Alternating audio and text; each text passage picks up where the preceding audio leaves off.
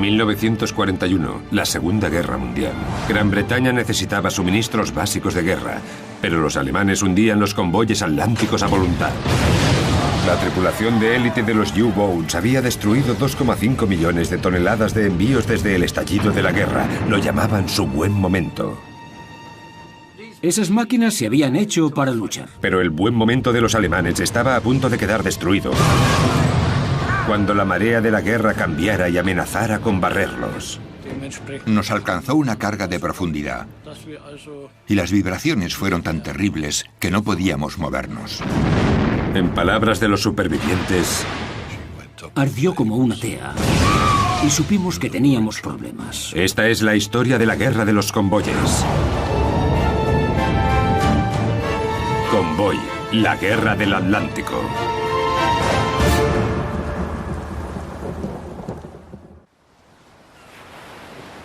La caza. A principios de 1941, el jefe de submarinos alemán Karl Donitz era un hombre preocupado, a pesar de que sus U-Boats hundían unos 40 barcos aliados al mes. Había calculado que debía hundir el triple para vencer a Gran Bretaña. Planeaba una enorme ofensiva de primavera que esperaba que destruyera los convoyes. Los ataques irían encabezados por algunos de sus mejores U-Boats. Uno de los mejores comandantes era el legendario Günther Prien. Maestro en el arte de la guerra submarina, había hundido 27 barcos en 9 patrullas. A finales de febrero, el U-Boat de Prien había salido del puerto francés de Lorient hacia las rutas de convoyes atlánticas. Como todas las tripulaciones de U-Boats, recibieron una despedida digna de héroes. Nos despidieron con música y vítores. Las mujeres y las secretarias nos dieron flores. El barco se marchó y en cuanto estuvimos lo bastante lejos de la costa, tiramos las flores por la borda porque pensamos que nos traerían mala suerte. Pero para Donitz y Günther Prien, la mala suerte estaba a punto de empezar. El 6 de marzo, Günther Prien divisó un convoy. Era el OB-293, que partía de Gran Bretaña hacia Canadá en busca de suministros. Estaba compuesto por 37 barcos mercantes y vigilado por 4 escoltas de la Marina. Antes de que Prien pudiera atacar, debía contactar por radio con Donitz, que insistía en controlar personalmente los ataques de los U-Boats desde su centro de mando en Francia. Karl Donitz diseñó el sistema desde arriba, utilizando la radio para controlar lo que hacían los hombres, dónde iban, cómo luchaban. Les castigaba por no ser más eficaces. Quería dirigir toda la situación en el Atlántico desde un búnker por radio. Para evitar que los británicos leyesen sus mensajes de radio, Donitz utilizaba la más moderna máquina codificadora alemana, Enigma. Ordenó que 3 U-Boats más se uniesen a Prien y atacaran el convoy. Tras varias tácticas comprobadas lanzadas por Donitz, Prien y el resto de los U-Boats pensaba atacar por la noche, en la superficie. Los capitanes más valientes se sumergirían y se elevarían dentro del convoy.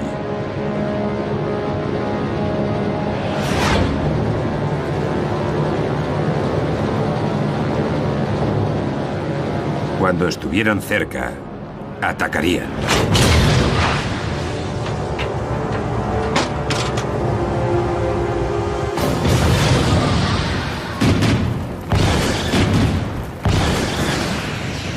Era un sonido horrible.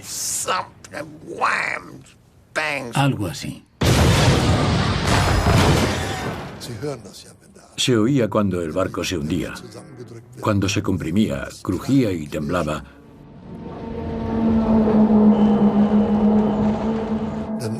No parabas de pensar que, por Dios, los que estaban a bordo ya no estuvieran dentro. Los U-Boats alcanzaron 4 barcos. Pero al nacer el día, quedó claro que su éxito les había costado muy caro. 2 U-Boats habían terminado hundidos y, peor aún, uno de ellos era el U-47, dirigido por el héroe Gunther Prien.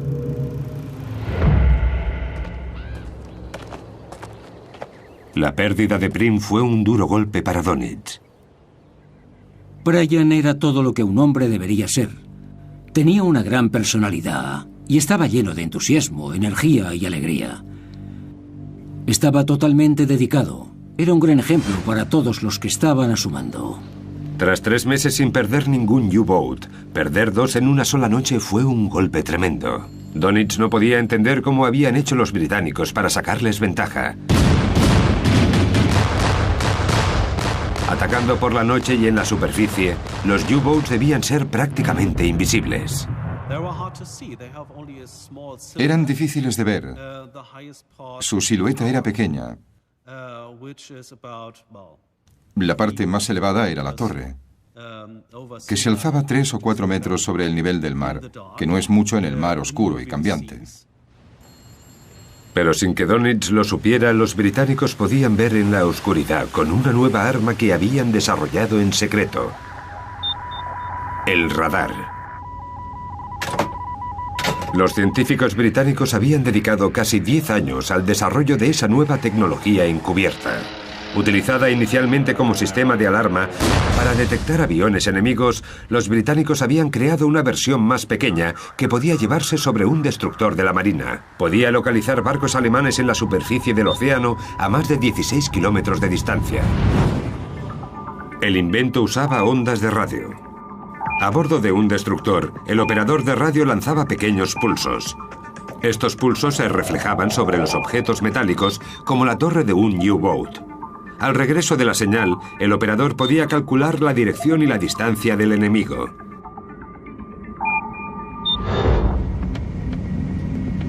La invención del radar daba una gran ventaja a los británicos. De repente sabían dónde estaba el enemigo, podían verle, y este no sabía que podían verle. Los británicos tenían una ventaja completa sobre el enemigo, tenían visión nocturna electrónica, mientras que los alemanes solo tenían prismáticos. Para los británicos, ese invento llegaba en un momento crucial. Gran Bretaña era una isla asediada, y la falta de suministros afectaba a todo el mundo. Había toque de queda desde el anochecer hasta el amanecer, y no se podía salir a tomar una pinta. No había cine, no había películas, no había bailes, no había nada. Era terrible, para ser sinceros. Antes de la guerra, Gran Bretaña importaba 59 millones de toneladas de comida y materias primas al año. Pero los ataques de los U-Boats alemanes había dividido esa cantidad de importación casi a la mitad.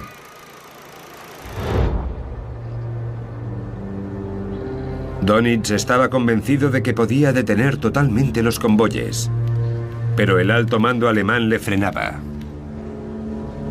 En marzo de 1941 tenía apenas 96 U-Boats, cuando siempre había dicho que necesitaba 300 para derrotar a los convoyes. No tenía la fuerza que necesitaba porque Hitler estaba convencido que la clave de la victoria eran los buques, no los submarinos. Hitler era como cualquier tipo corriente, que en un museo, con la maqueta de un buque de guerra y el de un U-Boat, miraría sin dudarlo al buque de guerra. Le fascinaba esa fuerza bruta pura.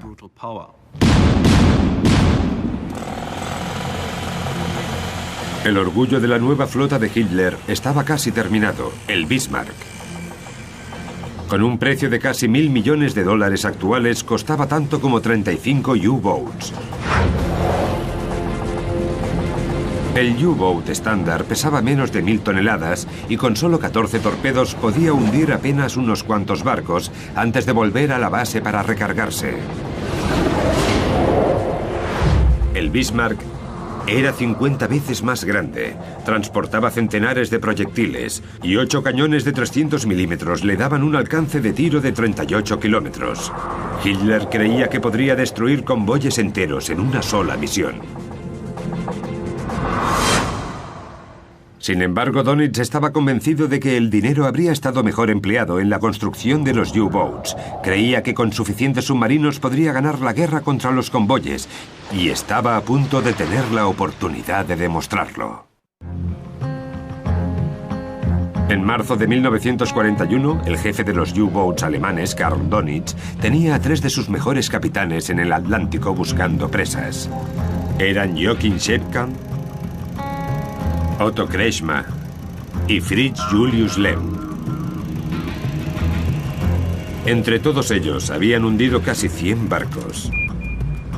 El 15 de marzo, Lehm divisó el convoy HX-112 a 650 kilómetros de la costa de Gran Bretaña. Gran parte de sus 41 barcos eran tanques que llevaban gasolina, queroseno y petróleo. Cualquier barco que perteneciera al enemigo era un buen objetivo. Era un objetivo. Pero si buscabas barcos, el gran premio era, por supuesto, un tanque, un buque cisterna. Ajenos a la utilización del radar por parte de los británicos, los 3 U-Boats tomaron posiciones para atacar. Cubierto por la oscuridad, Kretschmer se metió dentro del convoy. En una increíble demostración de guerra submarina, hundió 5 barcos en poco más de una hora.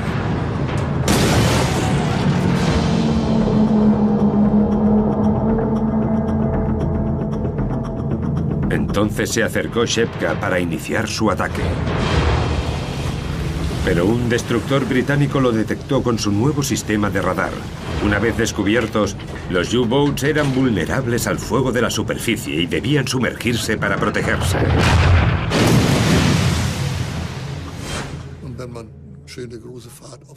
Si tenías un poco de velocidad, el descenso era bastante rápido.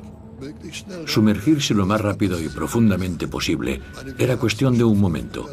Lo hacíamos en menos de 30 segundos. Pero los U-Boats no estaban a salvo, ni siquiera bajo el agua. Los británicos encendieron el sonar para localizar a los U-Boats. Lo único que podía hacer la tripulación era esperar y rezar. Te sentabas en el barco sin poder hacer nada. Lo único que podías hacer era sentarte en silencio. Y cuando te asustabas sentías un nudo en el estómago. Era una experiencia horrible. Sabías que estabas cerca de la muerte. Podía llegar en los siguientes 2 minutos. No había manera de saber qué pensaba la gente. Pero yo pensaba que teníamos un gran problema.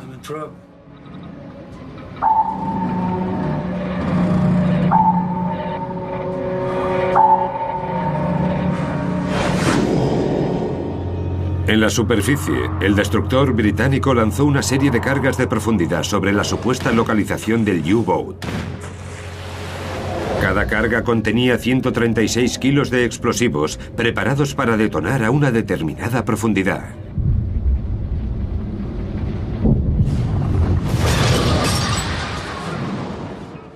Había mucho ruido. No había oído un sonido igual en toda mi vida. Nunca. Era algo único. El agua conduce muy bien el sonido.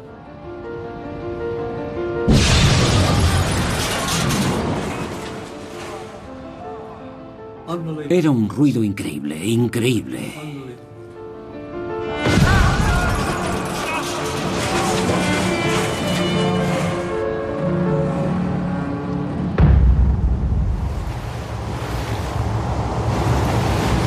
En el ataque al convoy HX-112, el U-Boat de Joachim Schepka resultó muy dañado por las cargas de profundidad. No tuvo más opción que llenar de aire sus tanques de lastre y salir a la superficie. Allí le divisó un destructor británico que se lanzó contra él.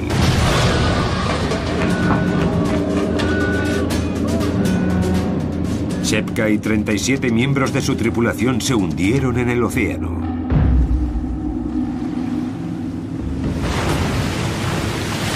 Los escoltas empezaron entonces a perseguir al resto de los U-Boats. Rápidamente encontraron a Otto Kretschmer. Las cargas de profundidad también dañaron su submarino.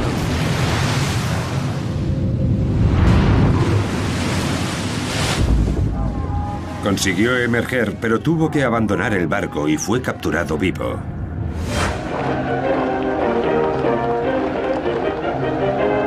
Kretschmar y su tripulación fueron llevados a Liverpool. La propaganda británica lo aprovechó al máximo. Otto Kretschmer, Joachim Schepka y Günther Prien eran las estrellas, los fichajes de millones de libras que cualquiera querría en su equipo, los mejores tripulantes de U-Boats. 2 habían muerto y habían capturado al otro. Habían decapitado la organización. Fue un golpe increíble.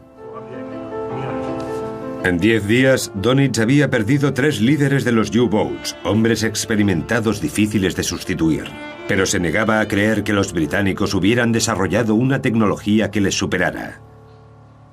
Culpaba en cambio a los espías.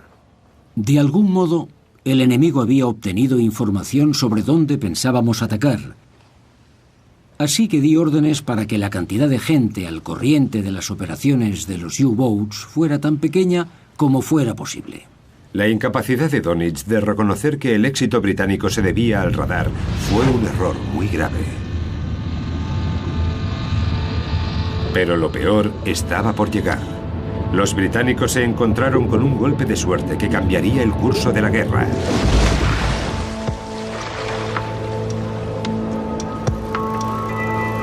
Tres de los mejores tripulantes de Donitz se habían perdido, pero Fritz Julius Lehm había conseguido escapar a la carnicería. El 9 de mayo de 1941, sin embargo, se quedaría sin suerte. George Hogel era el operador de radio de Lehm. Alcanzamos 2 barcos del convoy. En el tercer tiro hubo un problema con el torpedo. Entonces se nos acercó el destructor. David Baum iba a bordo del destructor.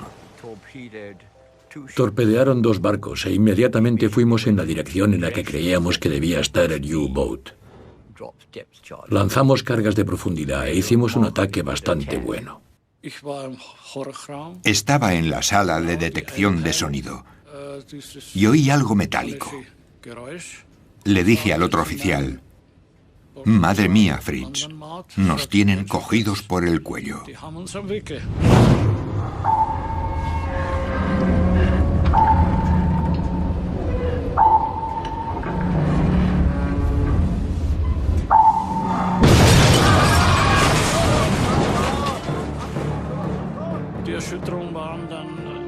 Las vibraciones eran tan fuertes que no podíamos movernos. Y sabíamos que no podíamos escapar.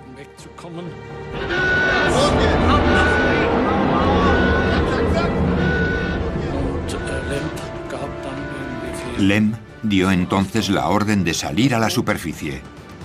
Salimos y nos dispararon desde todas las direcciones. Abrimos fuego con nuestras ametralladoras y los alemanes debían estar muy asustados porque salieron corriendo del U-Boat. Lehm se quedó en la torre. Yo le veía hacer señas. «Salid, salid, salid todos». Y los 2 operadores de radio estábamos en la sala de control y le llamamos. ¿Y las máquinas secretas? Nos dijo: «Dejadlo todo, salid, salid, salid». Quería salvar a todos los hombres. Lehm y la tripulación abandonaron el barco, pero para su horror, el U-Boat se mantuvo a flote.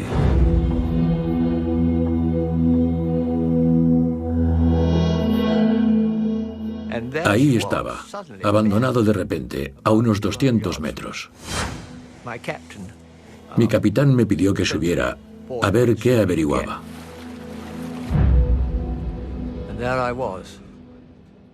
Me metí en la sala de control. En completo silencio. No había alemanes. Solo estaba yo. Así que llamé a mi partida de abordaje.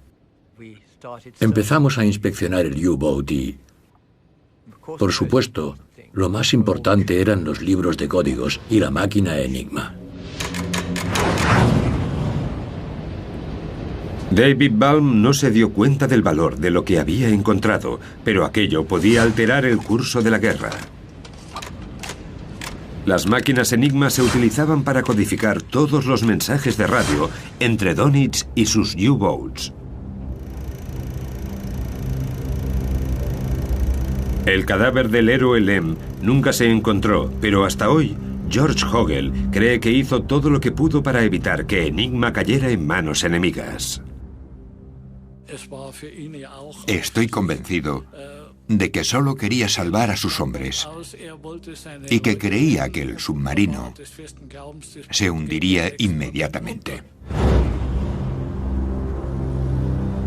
Mediante un increíble golpe de suerte, los británicos habían capturado la clave de los códigos navales alemanes. En solo 4 días llevaron la máquina Enigma a su cuartel general, Bletchley Park.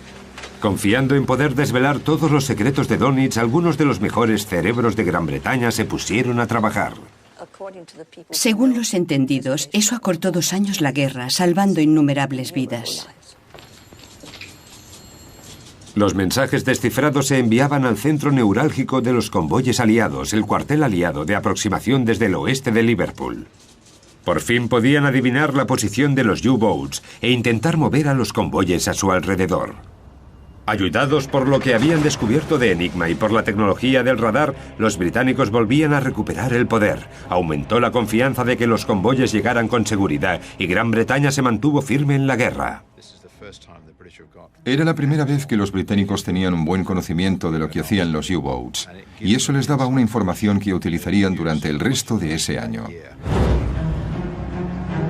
Mientras tanto, Donitz seguía creyendo que el código Enigma era indescifrable. No creo que el uso de la radio por parte de los U-Boats haya causado alguna reacción enemiga. La estrategia de los U-Boats iba perdiendo fuerza. Pero Hitler estaba a punto de atacar y de lanzar una nueva superarma contra los convoyes. En mayo de 1941, el orgullo de Hitler, el buque Bismarck, estaba finalmente a punto para atacar los convoyes británicos y canadienses en el Atlántico Norte. El Bismarck era uno de los buques de guerra más avanzados jamás construidos. Los cañones disparaban proyectiles de 770 kilos a una distancia de 40 kilómetros. Aunque los británicos pudieran usar el radar y los datos de Enigma para encontrarlo, los alemanes creían que el Bismarck era invencible. Mientras el Bismarck abandonaba el Báltico el 19 de mayo de 1941, el comandante de la flota, Günther Lütjens, se dirigía a su tripulación de 2.200 hombres. El día que llevamos tanto tiempo esperando ha llegado al fin. El momento en el que podremos conducir nuestra orgullosa nave hacia el enemigo. El 23 de mayo, el Bismarck rodeó la parte superior de Islandia y se dirigió directamente hacia las rutas de suministro. Los británicos entendían que eso arruinaría la guerra, que habría muchas bajas, que el sistema se vendría abajo. Sin el sistema de convoyes, los británicos no podían usar el Atlántico y el Bismarck podía destruir todo el sistema.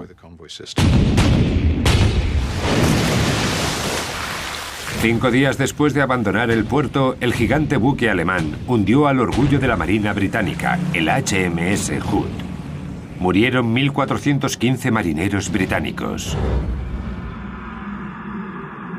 Como represalia, Churchill centró toda la Marina en una sola misión: hundir el Bismarck.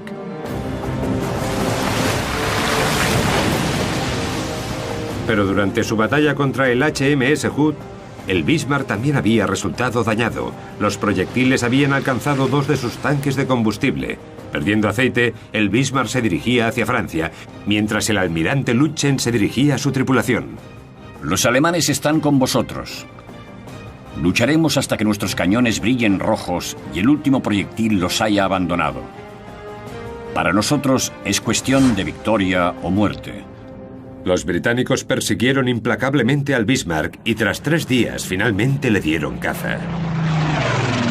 Volando desde el portaaviones Ark Royal, un biplano Shorefish lanzó un torpedo que dañó fatalmente el timón. Incapaz de virar, el Bismarck se convirtió en un blanco fácil. En la batalla final, el Bismarck se enfrentó a 4 buques de guerra británicos. John Cannon servía a bordo del crucero HMS Dorsetshire. El 27 de mayo a las 9 de la mañana salimos de entre la niebla con los cañones cargados y vimos el Bismarck más adelante. Lo miré por los prismáticos. Era un barco precioso, de líneas hermosas. El Bismarck podía ser el buque de guerra más potente del mundo, pero estaba totalmente superado. El HMS Dorsetshire se acercó directamente todo lo que pudo, a toda velocidad, disparando. Y después, moviéndose despacio, pudo ponerse lado a lado. Más de 300 proyectiles británicos cayeron sobre el Bismarck. Después de que el HMS Dorsetshire disparase 3 torpedos, el acorazado empezó a hundirse.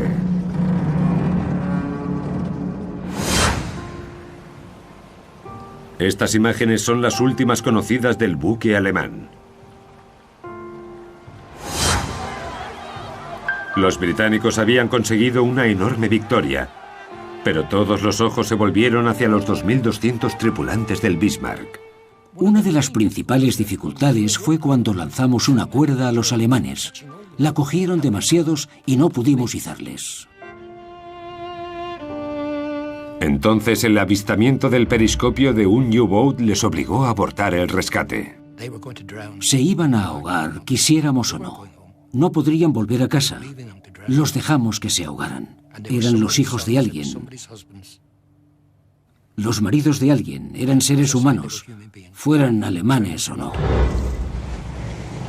Al día siguiente, la batalla de los convoyes se detuvo durante un momento increíble, alrededor de un marinero alemán muerto. De los 82 que recogimos, uno estaba muy mal herido, un marinero llamado Luther.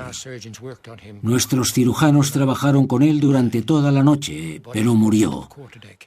Colocaron el cadáver en la cubierta, lo taparon con una bandera alemana y llevaron a todos los marines alemanes para formar una línea encubierta. Nosotros nos pusimos al otro lado. Siempre recordaré que uno de los alemanes tenía una armónica, se la habían dejado y empezó a tocar a Hijata Fren. Yo tenía un amigo. Eso estuvo bien. Hicimos las formalidades adecuadas. El Dorsetshire se detuvo un momento y lanzamos el cadáver al agua.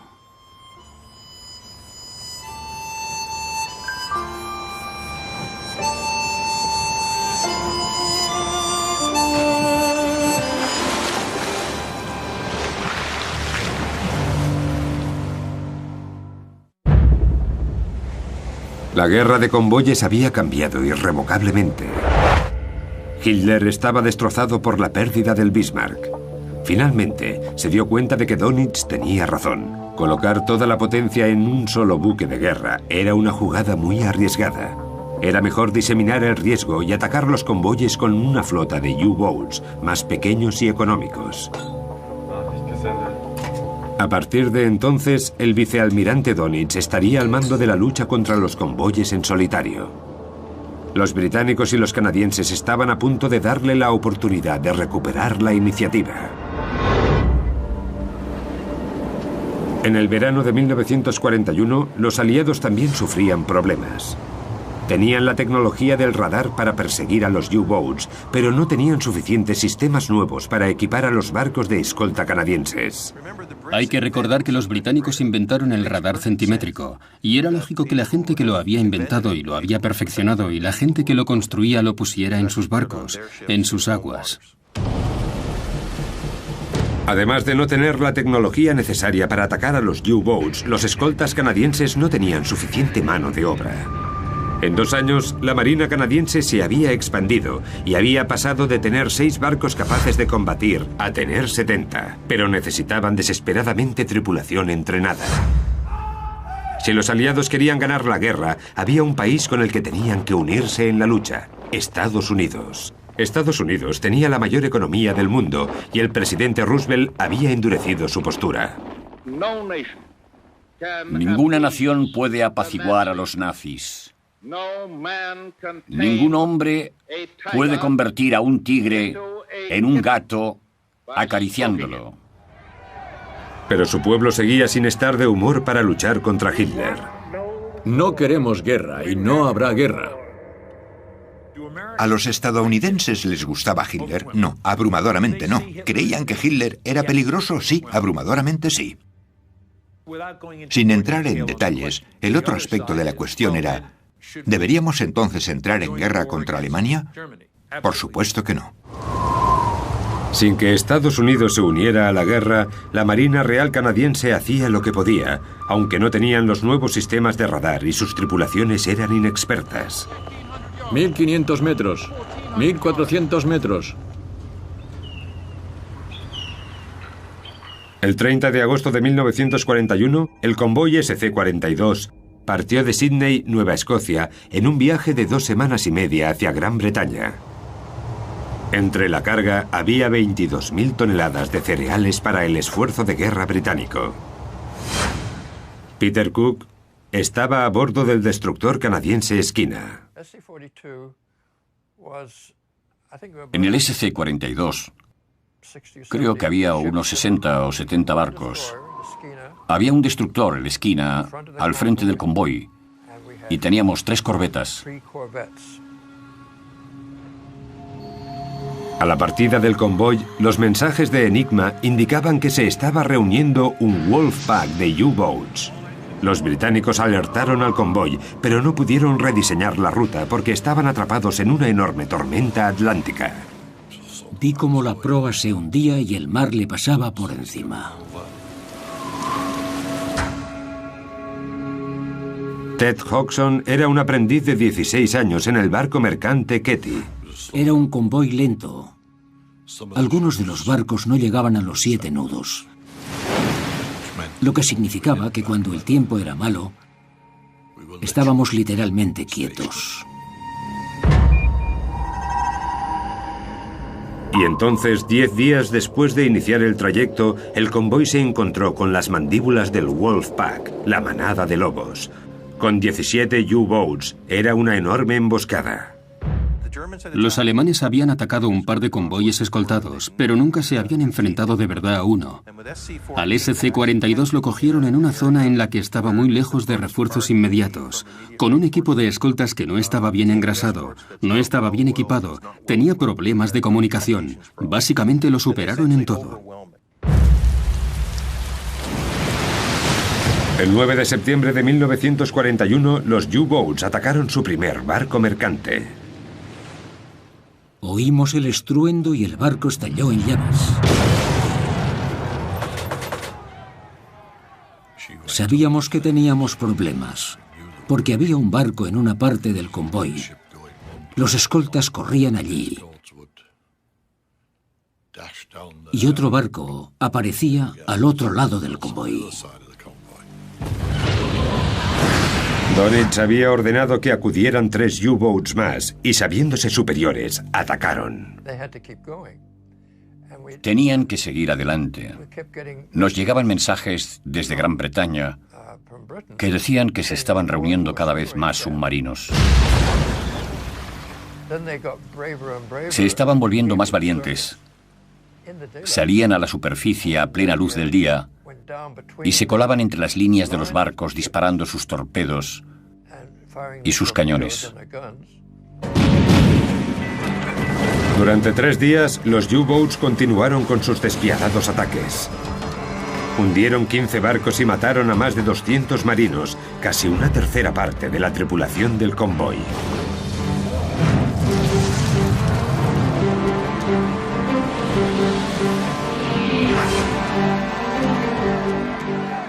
En un determinado momento, teníamos más supervivientes a bordo de la corbeta que tripulación, y no sabíamos dónde ponerlos.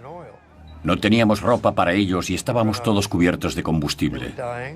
Nos habíamos quedado sin comida, se morían por la ingestión del combustible. Les tapábamos con mantas hasta que podíamos tirarles por la borda. Fue uno de los peores desastres de 1941. Se perdieron 70.000 toneladas de carga. Los aliados no podían seguir sufriendo pérdidas de esa magnitud si querían ganar la guerra. Pero lo peor estaba por llegar. Con la pérdida del buque Bismarck, Hitler le dio prioridad a Dönitz y sus U-Boats. En octubre de 1941, la flota de Dönitz había aumentado hasta los 187 submarinos. Dönitz seguía sin saber nada del radar británico y de los detalles de Enigma. Pero con tantos U-Boats en el mar, Alemania tenía una gran ventaja en la batalla contra los convoyes.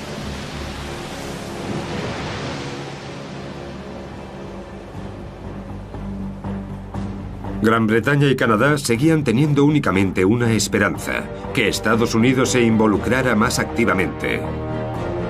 Aunque Roosevelt no quería declarar la guerra a la Alemania nazi, enviaba suministros a Gran Bretaña. En un arriesgado movimiento, acordó con Churchill que protegiera esos convoyes estadounidenses con buques de guerra.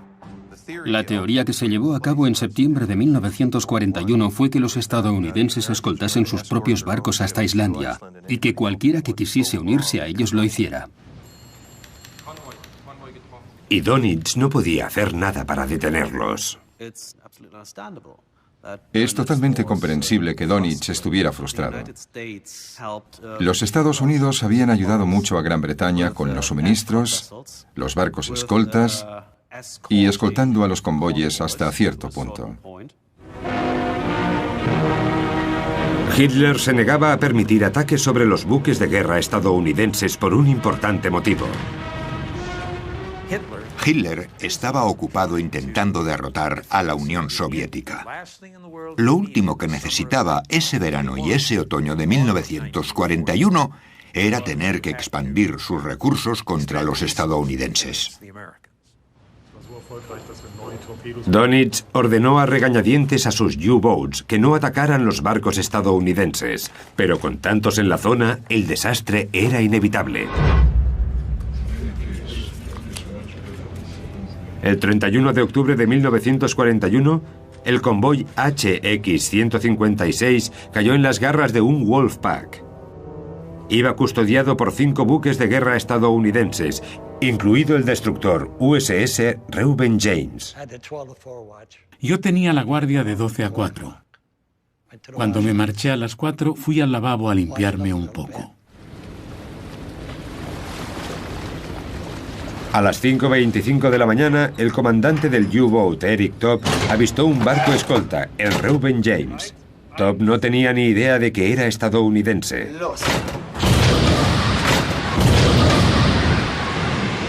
Lanzó 2 torpedos. Me lavé la cara, bajé, me tumbé en la litera y entonces estalló.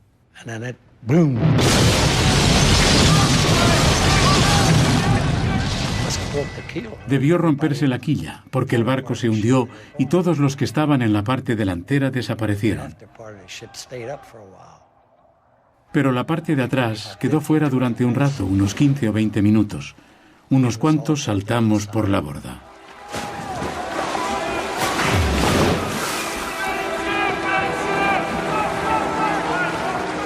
El Reuben James se hundió, matando a 115 marineros estadounidenses. En Gran Bretaña, Churchill recibió la noticia del incidente y se dio cuenta de que era el momento que había estado esperando. No hay duda. Churchill se debió sentir complacido, incluso aliviado. Lo que quería era que Estados Unidos se uniera a la guerra contra Alemania. Había incidentes en el Atlántico y él habría estado muy contento, creo, si alguno de esos incidentes hubiese atraído a Estados Unidos a la guerra. Pero Roosevelt hizo algo completamente inesperado. Nada. Parecía que nada podía atraer a Estados Unidos a la guerra. Aunque los aliados tenían información sobre Enigma y sistemas de radar para apartarse de los ataques de los U-Boats, Dönitz tenía 200 U-Boats.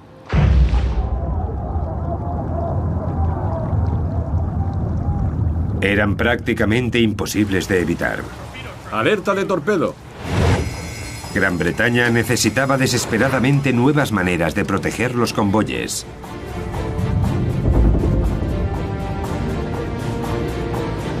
Así que resucitaron una vieja táctica para aprovechar el talón de Aquiles de los U-Boats.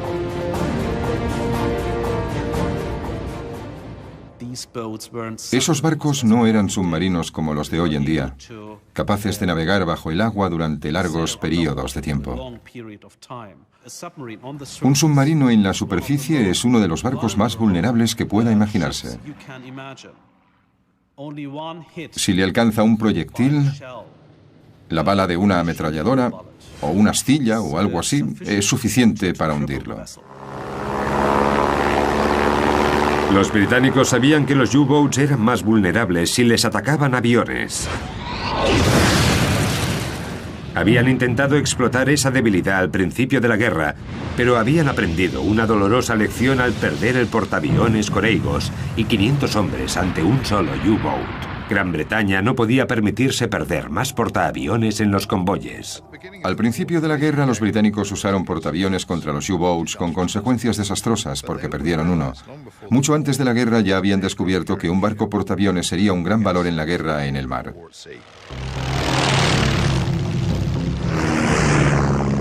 La solución británica fue barata y radical. Cogieron un barco mercante alemán capturado, el Hannover, le cortaron la parte superior e instalaron una cubierta plana. Solo tardaron 5 meses en convertirlo y el resultado fue un portaaviones en miniatura con 6 aviones a bordo.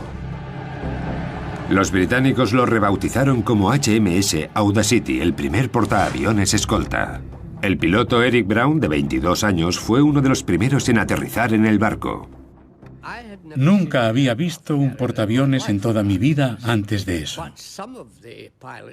Pero algunos de los pilotos del escuadrón ya habían operado desde los grandes portaaviones como el Ark Royal y quedaron muy sorprendidos al ver el tamaño de este. Porque cuando llegamos por primera vez, incluso a mí me pareció una caja de cerillas.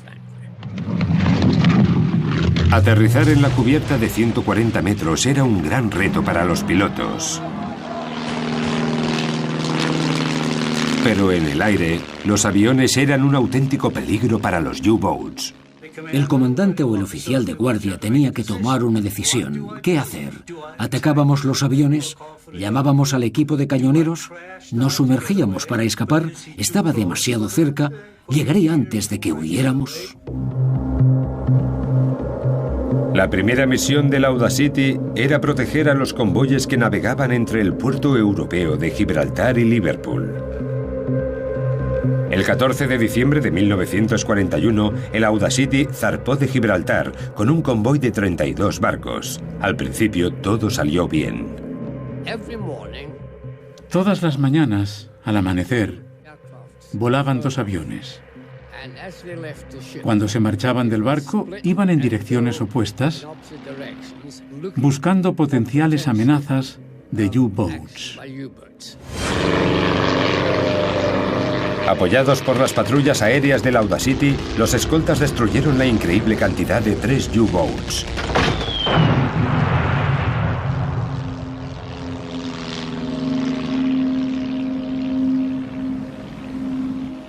Pero entonces, 8 días después de zarpar, un U-Boat divisó al Audacity. Fui el último en tomar tierra al atardecer. Estaba sentado en el vestuario tomando café cuando nos alcanzó el primer torpedo. Tocó la popa y nos desmontó el timón. Dispararon 2 torpedos más y la proa estalló. Se vino abajo totalmente.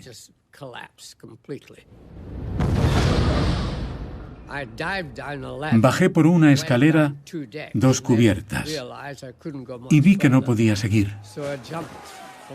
Así que salté. Pero el portaaviones se hundió muy rápidamente. Pese a la pérdida del Audacity, la escolta había infligido graves pérdidas en la flota de U-Boats alemanes. Un dato que el jefe de los U-Boats, Karl Donitz, no pasó por alto. El resultado no fue bueno. El U-751 hundió el Audacity, pero solo se destruyeron 2 barcos y perdimos 5 U-boats. Esa era la respuesta, llevar los aviones tácticos al mar en un paquete pequeño y desechable.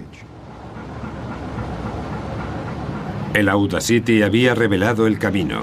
Como el barco había sido tan barato y fácil de construir, los británicos podían sustituirlo. Así que empezaron a construir más portaaviones desechables para proteger a los convoyes. Para valorar el legado del Audacity, hay que entender que fue el primer portaaviones escolta del mundo. Estratégicamente, cambió el concepto de la guerra aérea naval. Mientras se acercaba el final de 1941, los aviones revolucionaban la batalla entre los convoyes y los U-boats. Pero a 11.000 kilómetros de distancia, en la otra punta del mundo, ocurría algo todavía más importante. Algo que cambiaría el Atlántico Norte para siempre. El 7 de diciembre de 1941, los japoneses bombardearon Pearl Harbor. 4 días después, Adolf Hitler declaraba la guerra a Estados Unidos. Al fin, Dönitz podía atacar los barcos estadounidenses y en solo unos meses tendría 300 U-boats. La cantidad que siempre había dicho que necesitaba para aplastar el sistema de convoyes. Ambos bandos tenían fichas para jugar. Alemania tenía sus U-boats y Gran Bretaña y Canadá tenían su aliado estadounidense. La guerra de convoyes estaba lista para engullir la costa este de Estados Unidos. Y Karl Dönitz estaba a punto de enseñarle a la Marina estadounidense una dolorosa lección del arte de la guerra submarina.